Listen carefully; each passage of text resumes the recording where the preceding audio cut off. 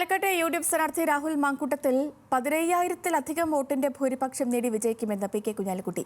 കഴിഞ്ഞ നിയമസഭാ തിരഞ്ഞെടുപ്പിൽ പ്രധാനമന്ത്രി അടക്കം പ്രചാരണത്തിനെത്തിയിട്ടും മണ്ഡലത്തിൽ ബി.ജെ.പി. തോൽവി ഏറ്റുവാങ്ങി. പാലക്കാട് മത്സരം യു.ഡി.എഫും ബി.ജെ.പിയും തമ്മിലാണെന്നും കുഞ്ഞാലിക്കുട്ടി ന്യൂസ് മലയാളത്തോട് പറഞ്ഞു.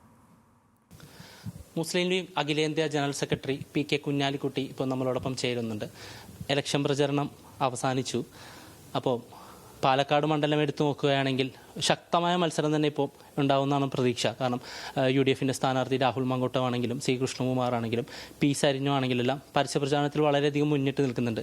അപ്പോൾ എന്താണ് യു.ഡി.എഫിൻ്റെ ഒരു വിജയ പ്രതീക്ഷ? വലിയ വോട്ടിന് ജയിക്കും യു.ഡി.എഫ്. അവിടെ യു.ഡി.എഫ് നേരത്തെ പറഞ്ഞ 15,000-ന്റെ മുകളിൽ പോകും. അവിടെ നല്ല വിജയം ഉണ്ടാവും യു.ഡി.എഫിന്. ഇപ്പം കഴിഞ്ഞ വട്ടം നമ്മൾ എടുത്തു നോക്കുകയാണെങ്കിൽ ഷാഫി വളരെ ജനപ്രിയനായ ഒരു നേതാവ് തന്നെയാണ്. പക്ഷേ ഒരു 1.5 ലക്ഷം വോട്ട് പോൾ ചെയ്തിട്ടും ഏകദേശം ഒരു 4,000 വോട്ടിൻ്റെ ഭൂരിപക്ഷമാണ് ഷാഫിക്ക് നേടാൻ കഴിഞ്ഞത്. രാഹുൽ മാങ്കൂട്ടത്തിൽ എടുത്തു നോക്കുമ്പോൾ അദ്ദേഹം ഒരു പാലക്കാട് ജില്ലയുടെ പുറത്തുള്ളൊരു വ്യക്തിയാണ്. അപ്പോൾ അതൊരു വിജയ സാധ്യതകൾക്ക് മങ്ങലേൽക്കുമോ? അന്ന് ആരായിരുന്നു ഷാഫിയുടെ എതിർ സ്ഥാനാർത്ഥി? ശ്രീ ഇ ശ്രീധരനായിരുന്നു, മെട്രോമാൻ.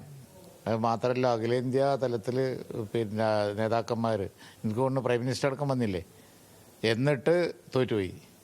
എന്നിട്ടാണോ ഇനിയിപ്പോൾ? അപ്പോൾ അതുകൊണ്ട് അന്ന് കിട്ടാത്ത വോട്ട് ഇനി കിട്ടൂല. അന്നാണ് ഏറ്റവും വലിയ വെല്ലുവിളി വന്നത് ശ്രീധരൻ മത്സരിച്ചപ്പോൾ. അപ്പോൾ പാലക്കാട് തീർച്ചയായിട്ടും ബി.ജെ.പിയും യു.ഡി.എഫും തമ്മിലാണ് മത്സരം. സംശയമൊന്നുമില്ലല്ലോ.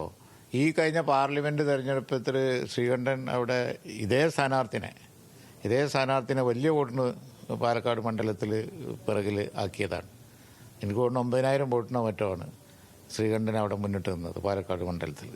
അപ്പോൾ അതൊക്കെ പരീക്ഷണങ്ങൾ പലതും കഴിഞ്ഞതാണ്. അതിനേക്കാൾ ലളിതമാണ് ഇപ്പോഴത്തെ പരീക്ഷണം.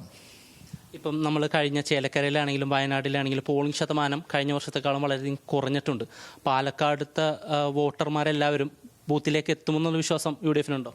അല്ല, പോളിംഗ് ശതമാനം കുറയുന്നത് രണ്ടു കൂട്ടരും ബാധിക്കുമല്ലോ. പോളിംഗ് ശതമാനം കുറയുക എന്നുള്ളത് ജനറലായിട്ടുള്ളൊരു പ്രതിഭാസമാണ്.